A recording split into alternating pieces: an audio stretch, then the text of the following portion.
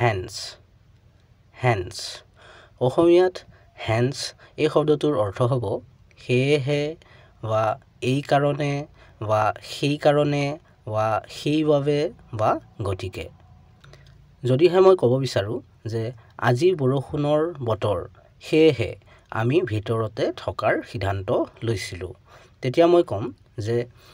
the weather is rainy today hence